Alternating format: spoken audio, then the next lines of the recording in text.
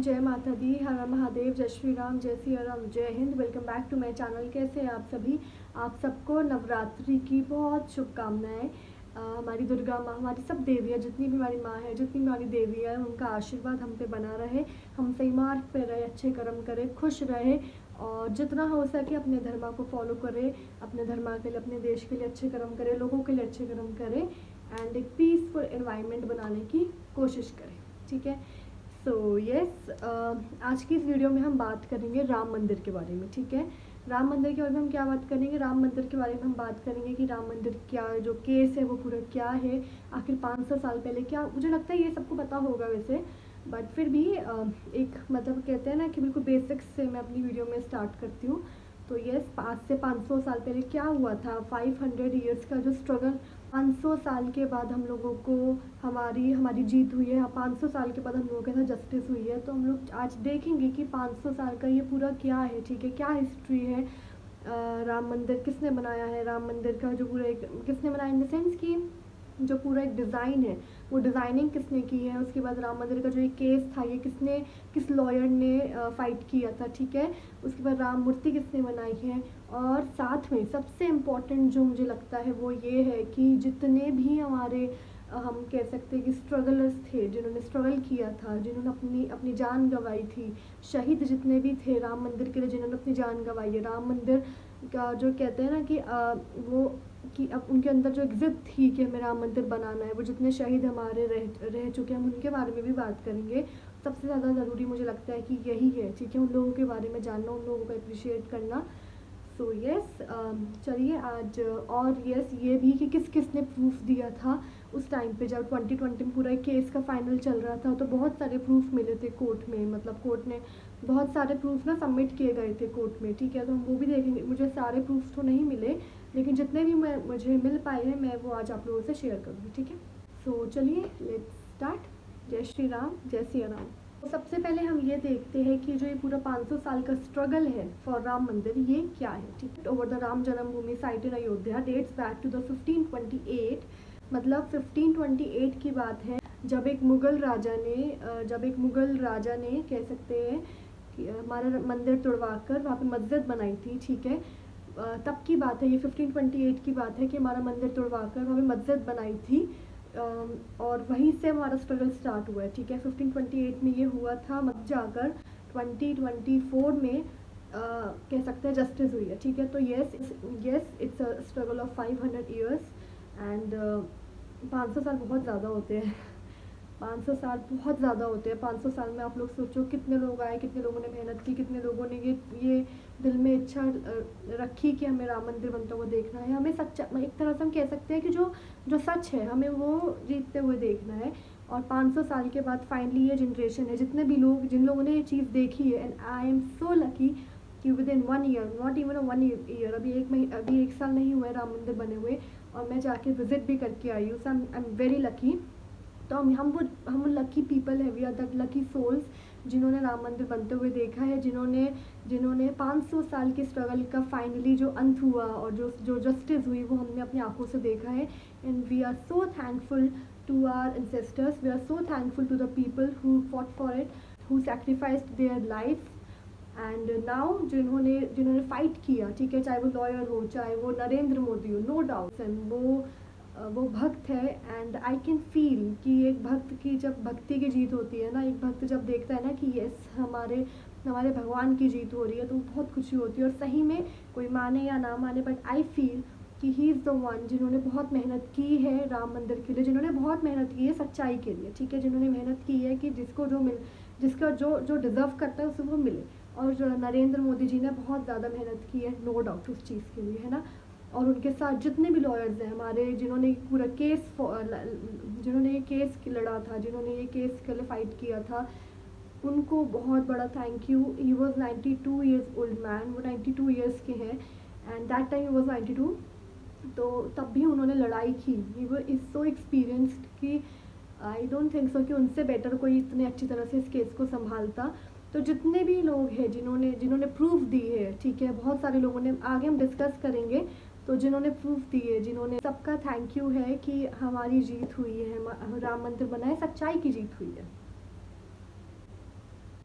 राम मंदिर के जो लॉयर है उनका नाम है, जिन्होंने राम मंदिर का जो पूरा केस है वो लड़ा है, ठीक है, कि राम मंदिर ही बनना चाहिए पॉजिटिव साइड से, वो है केशवा Parasaran, born in 1927. That's what I was saying ना, कि that time he was 92 something. तो आप खुद सोचो ना कि 92 ईयर्स की एज में वो आए, क्योंकि उनके अंदर भक्ति थी, उनके अंदर एक वो डिवोशन था। And let me tell you कि जब ही वाज फाइटिंग, जब वो कोर्ट में जाते थे, वो अपनी बात रखते थे, प्रूफ रखते थे, तो उस टाइम पे वो बेयर फुट होते थे, यानी वो नंगे पाँव होते थे, वो चप्पल नहीं पहनते थे, वो स्लीपर्स नहीं पहनते थे, वो मतलब he used to be barefoot, वो बेयर फुट खड़े होते थे। वो यही कहते थे कि आई एम नो वन, मेरी इतनी औकात नहीं है, मेरी इतनी हैसियत नहीं है कि मैं श्री राम का केस लड़ रहा हूँ, मैं अपने पैरों में चप्पल डालूँ या फिर अपने पैरों में शूज़ पहनूँ या फिर वॉट एवर। सो वो पूरा, और वो खड़े रहते थे, पता है वो बैठते नहीं थे, वो खड़े रहते थे, वो बेयरफुट होते थे, वो अपना केस लड़ते थे, और तभी तो हम लोग जीत पाए ना, क्योंकि लॉयर हटाओ, भक्त लड़ रहे थे, जब ऐसा कहते हैं ना कि भगवान भक्त के लिए लड़ता है ना तब भी जीत होती है, और जब भक्त भी भगवान के लिए लड़ता है ना तब भी जीत होती है। ये कनेक्शन है ही इतना स्ट्रॉन्ग। 2 ईयर्स के लॉयर को 92 ईयर्स के भक्त को भी उन्होंने उठाकर कोर्ट तक पहुंचा दिया कि तुम ही मेरा जो केस है वो फाइट करोगे। क्या था कि जो हम प्रूफ डिस्कस करते हैं, ठीक है, एक दो, उसमें क्या था कि जब मस्जिद को हटाया गया था, जब मस्जिद, हम कह सकते हैं कि जब पूरा एक इन्वेस्टिगेशन हो रही थी, ठीक है, उस टाइम पे ना 12th सेंचुरी की विष्णु हरि की, जो हम कह सकते हैं, मूर्ति मिली थी, ठीक है, विष्णु हरि की 12th सेंचुरी की एक बहुत बड़ी मूर्ति मिली थी। That was one of the proof कि यस, ये जो धरती है ये विष्णु हरि की है, ये जो धरती है वो श्री राम की है। ओके, क्या कहते हैं ना कि फंडिंग किसने की है, आई थिंक ज़्यादा लोगों को पता होगा, लेकिन जिनको नहीं पता है, जो राम मंदिर बना है उसकी फंडिंग ना पूरी गवर्नमेंट ने नहीं की है, ठीक है, पब्लिक ने फंडिंग की है, यानी जितना दिया है पब्लिक ने, पैसा क्या दिया है इतनी औकात नहीं है हमारी, लेकिन श्री राम ने चांस दिया हम लोगों को, तो हम लोगों ने थोड़ा डोनेट किया एंड हमारे कर्म सही हुए। तो ये ओके, राम मंदिर डिज़ाइन किसने किया है? राम मंदिर को डिज़ाइन किया है चंद्रकांत बी सोमपुरा और उनके बेटे आशीष सोमपुरा ने, ठीक है, उन्होंने ये राम मंदिर पूरा डिज़ाइन किया है। And the interesting thing is कि 30 ईयर्स बिफोर, मतलब आज से 30 साल पहले ही वो पूरा एक मैप बना लिया गया था। ओके, आज से, वही तो आई एम सेइंग ना कि look at the struggle, look at that desire, कि कितने लोगों को डिज़ायर था, कितने लोगों को वो स्ट्रगल रहा, कितने लोगों ने उम्मीद रखी, मैप तक बना के रखा कि हम लोग की जीत होगी, है ना। तो 30 साल पहले ही वो एक मैप, वो एक डिज़ाइन बना लिया गया था, और चंद्रकांत बी सोमपुरा और उनके बेटे आशीष सोमपुरा जी ने पूरा डिज़ाइन किया है। ओके, अब हम देखते हैं कि हमारे रामलला की मूर्ति किसने बनाई है। हमारे रामलला की मूर्ति बनाई है अरुण योगीराज जी ने। ओके, अरुण योगीराज जी ने मूर्ति बनाई है, एंड आई मस्ट से बेहतरीन, मतलब आई मस्ट से बहुत सुंदर काम किया है, बहुत सुंदर काम किया है। I can't even express. आप लोगों ने नोटिस, बहुत लोगों ने नोटिस किया है एक्चुअली कि जो कहते हैं ना कि 22 जनवरी को पूरा हुआ था, लेकिन उससे पहले जो मूर्ति की फ़ोटो आई थी, जो वायरल हुई थी, इट वाज डिफरेंट, है ना। और जब प्राण प्रतिष्ठा हो गई, तो मूर्ति का पूरा लुक थोड़ा चेंज हो गया, right. So it was so magical, आप खुद देखो कि इट वाज सो मैजिकल। उस उनकी अरुण योगीराज जी की कितनी श्रद्धा, कितना डिवोशन उस मूर्ति में होगा कि जब प्राण प्रतिष्ठा हुई है तो श्री राम लल्ला जी ने साक्षात अपने दर्शन दिए हैं, है ना। और जो हमारे अरुण योगीराज जी हैं, उन्होंने अपने बताया है कि जब वो मूर्ति बना रहे थे तो रोज़ शाम को, जहाँ पे वो मूर्ति बनाते थे, रोज़ शाम के टाइम पे ना एक बंदर आके बैठता था और वो कुछ नहीं करता था, मतलब कुछ काटता कुछ नहीं, he just use to come and use to sit. वो बस वो पूरा प्रोसेस अपने राम लल्ला की मूर्ति बनते हुए देखते थे।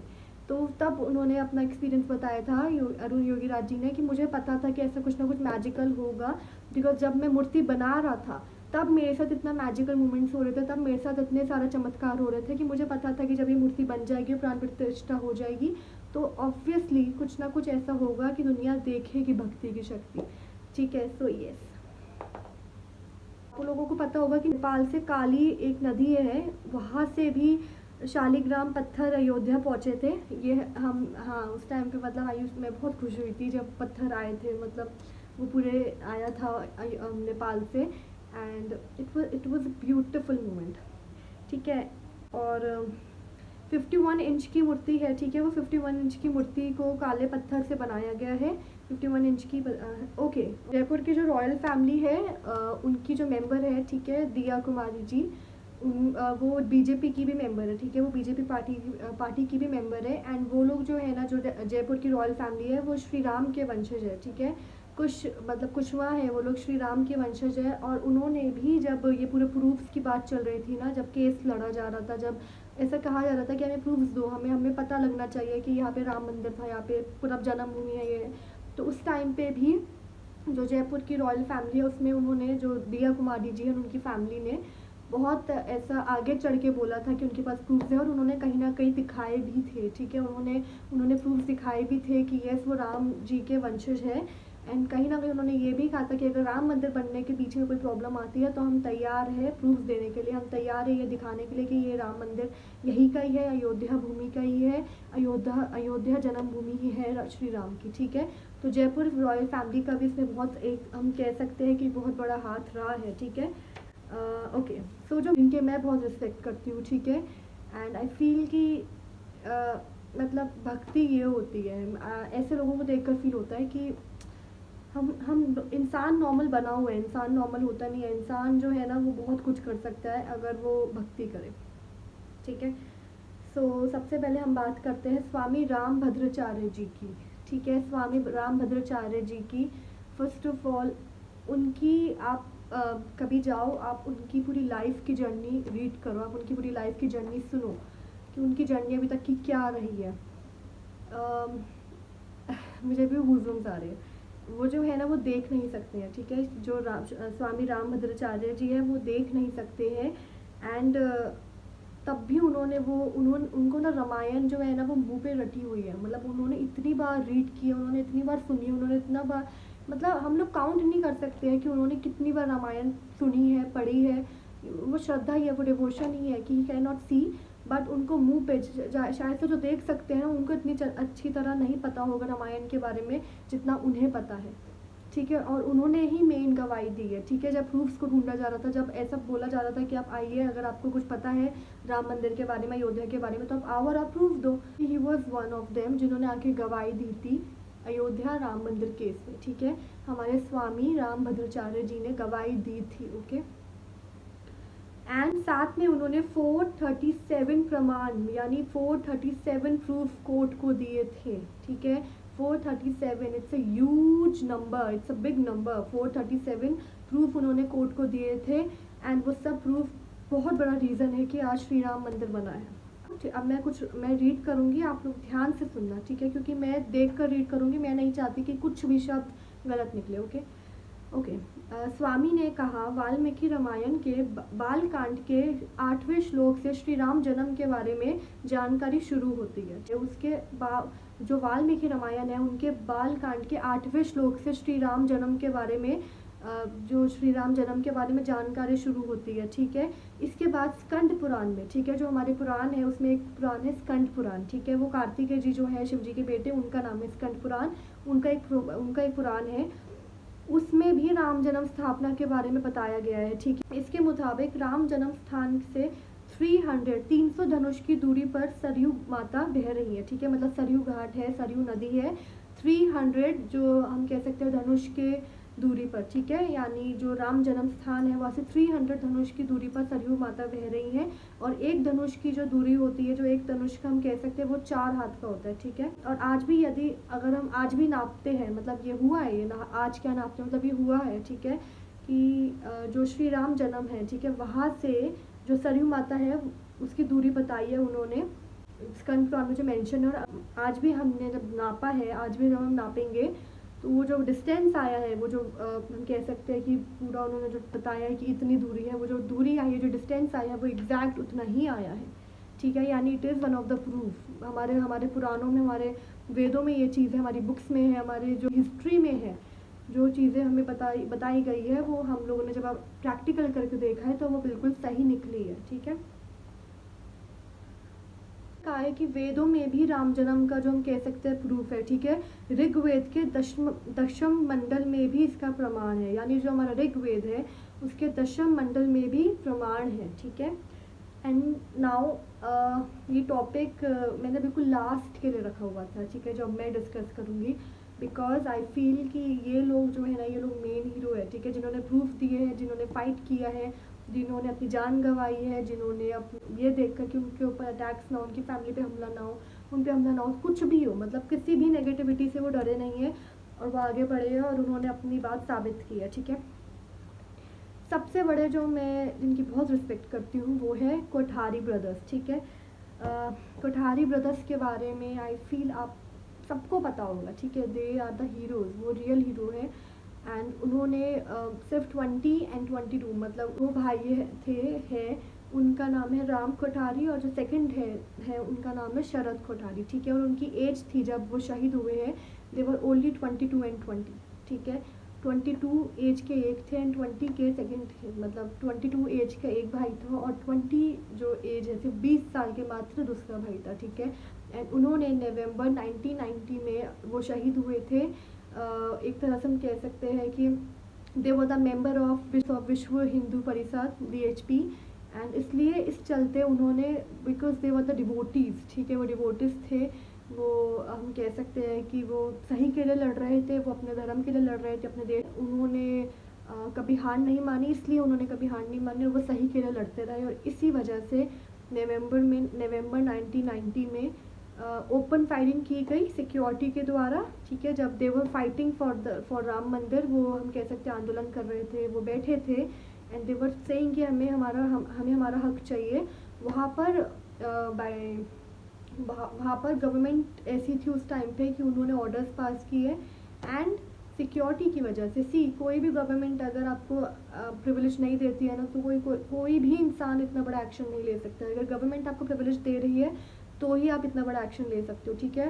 अब आई डोंट नो कि कहीं मेंशन है नहीं है, बट मुझे ऐसा ही लगता है कि गवर्नमेंट उस टाइम पे आई डोंट नो क्या कर रही थी कि उन्होंने इतना प्रिविलेज दे दिया लोगों को कि वहाँ पे ओपन फायरिंग हुई और उस चक्कर में 2 लोग वो फाइटिंग फॉर देयर धर्म, उनको गोली लगी एंड दोनों की एक साथ डेथ हुई। They were only 22 and 20, they were only 22 and 22 साल और 20 साल के लड़के की डेथ हुई। 22 और 20 साल के लड़के को मारा गया इसलिए क्योंकि they were fighting for their right. So yes, अब और क्या कह सकते हैं हम, ठीक है, हमारी जीत हुई है, जस्टिस हुई है, लेकिन ऐसे लोगों को ना हम कभी नहीं भूलना चाहिए।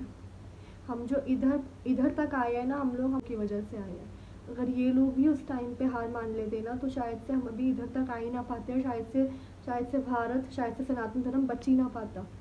क्योंकि अटैक्स तो बहुत हुए हैं, अभी भी अटैक हो रहे हैं, लेकिन हम लोग बचे हुए हैं ना। हम लोग अभी भी कम से कम अपने हक के लिए, हमें हमारे हक पता है, राइट। लड़ना भी स्टार्ट हो गए हैं बहुत लोग, they are fighting and fighting तो क्या ही नॉलेज गेन कर रहे हैं सनातन के लिए, भारत के लिए, एंड इट्स गुड ना। सो yes, thanks for watching and मुझे बहुत अच्छा लगा। मैं आप लोगों को अपना एक्सपीरियंस बताती हूँ। जब राम मंदिर बना था ना, तो उस टाइम पे मैं नहीं गई थी, मतलब उस टाइम में नहीं जा पाई थी। जब 22 जनवरी को हुआ था तो उस टाइम पे मैं नहीं गई थी प्राण प्रतिष्ठा पे, लेकिन एंड मैं बताऊँ, मेरे को आइडिया भी नहीं था, मुझे नहीं पता था कि मैं कब जा पाऊँगी। मुझे नहीं पता था कि पता नहीं अब नेक्स्ट 2 साल 3 साल में कुछ ऐसा प्लान बनेगा भी नहीं बनेगा, फिर 3-4 साल बाद की बात, मतलब कुछ प्लानिंग थी ही नहीं, कुछ दिमाग में नहीं था। एक खुशी थी कि यस बन गया, लेकिन था कि कब जा पाएंगे, कुछ था ही नहीं दिमाग में। लेकिन आप मानोगे नहीं, अभी आई थिंक सितंबर में अचानक से प्लान बना, अचानक से पूरा प्लानिंग हो गई, अचानक से पूरा प्रिपरेशन हो गया, प्रोसेस हो गया एंड हम जाकर होकर आए। तो दिस इज़ द थिंग, ये डिवोशन है, दिस इज़ द थिंग कि जिनको उनको बुलाना है ना वो बुलाते हैं, जिनको दर्शन करवाना है वो करवाते हैं। जब प्राण प्रतिष्ठा हुई थी ना, तो बहुत लोग, बहुत गवर्नमेंट के लोग थे, वो नहीं पहुँचे थे, ठीक है। बहुत मतलब जो पार्टीज़ होती है ना, उसमें से बहुत लोग पहुँचे नहीं थे राम मंदिर में। उनको इनविटेशन गया था, लेकिन वो तब भी नहीं गए थे। और दूसरी बात, वो काले कपड़े पहन के ना देवर शोइंग की हम लोग, मतलब एक तरह से हम अपोज करते हैं, ठीक है, इस चीज़ के लिए हम साथ खड़े नहीं होते। तो आई डोंट केयर क्यों खड़े हो रहे हैं, I am saying no one should care, मतलब हम लोगों को फ़र्क नहीं पड़ना चाहिए ऐसे लोगों से। But yes, I am saying कि उन लोगों को क्या लग रहा है ना कि वो लोग नहीं गए, ठीक है, बट द रियलिटी इज़ कि उनको बुलाया नहीं गया, क्योंकि जिनको बुलाना था वो पहुँचे हैं। आई रिमेंबर उस टाइम पे मोदी जी वॉज इन रामेश्वरम, ठीक है, एंड उस दिन भी, और उस टाइम पे ना मोदी जी के पूरा एक वो एक रूल्स चल रहे थे, ठीक है, रूल्स चल रहे थे क्योंकि उनको प्राण प्रतिष्ठा करनी थी, तो उनके पूरे रूल्स चल रहे थे, ठीक है, कि वो एक स्पेसिफिक अमाउंट का खा सकते हैं या फिर ये ही खा सकते हैं, और वो ज़मीन पे सो रहे थे, क्योंकि और उनको ना मतलब जो पंडित जी थे जो जिन्होंने प्राण प्रतिष्ठा करवाई थी, उन्होंने बताया था कि एक स्पेसिफिक दिन के लिए हमने बोला था कि आपकी एज ज़्यादा है तो आप सिर्फ इतने दिन के लिए कर लो, वैसे इतने दिन के लिए करते हैं लेकिन आपकी एज ज़्यादा है तो आप सिर्फ इतने दिन के लिए रूल फॉलो करो। लेकिन मोदी जी ने कहा था कि नहीं, मैं जो प्रोसेस है जो हमारे वेदों में लिखा है मैं वही करूँगा, और उन्होंने वही किया। एंड सिर्फ उन्होंने वो किया नहीं, उन्होंने साथ में और भी काम किया। ही वॉज इन रामेश्वरम, उन्होंने वहाँ पर भी जो हमारा तट है वहाँ पे भी उन्हें मत्था टेका था। एंड देन वो उसी दिन इधर आए थे, अयोध्या आए थे। तो look at his age, look at his Karma, मैं हमेशा कहती हूँ look at his age, look at his Karma. तो जिनको बुलाना होता है ना वो बुला लेते हैं, चाहे वो रामेश्वरम बैठा हो, चाहे कोई कहीं बैठा हो, चाहे वो यहाँ बैठा हो, ठीक है। तो जिनको बुलाना है उनको तो बुलाएंगे, नो डाउट। और जिनको नहीं बुलाना है उनके तक इन्विटेशन पहुँच भी जाएगा तब भी वो नहीं पहुँच पाएंगे। तो जो लोग खुश हो रहे हैं ना कि हमने दिखाया, खुशी होने की बात नहीं है। श्री राम ने तुम्हारी बेइज्जती की है कि तुम आना डिजर्व नहीं करते, वो नहीं करते, उन्होंने क्या किया राम मंदिर बनाने के लिए, ठीक है। सो यस, थैंक्स। और आप लोगों को पता होगा कि हम जो मतलब पूरा जब हुआ था राम मंदिर में, तो जो प्रसाद था ना वो सबके घर पहुंचा था। वो चावल के दाने जो प्रसाद है वो सबके घर पहुंचे थे। एंड बोला भी गया था कि ये प्रसाद है तो आप इसको इसी तरह यूज़ करो, थोड़ी सी खीर में डालो, थोड़े से मंदिर के लिए रखो, और अभी भी मेरे पास रखे हैं। So yes, thanks for watching. And we are very lucky, we are very lucky, okay. उस चीज़ के लिए ग्रेटफुल होना चाहिए हम सबको कि we are very lucky for watching. जय माता दी, हर हर महादेव, जय श्री राम, जय सिया राम, जय हिंद। एंड अच्छे कर्म करिए, सही मार्ग पे रहिए, खुश रहिए, और अच्छे के लिए, सच्चाई के लिए लड़िए, ठीक है। किसी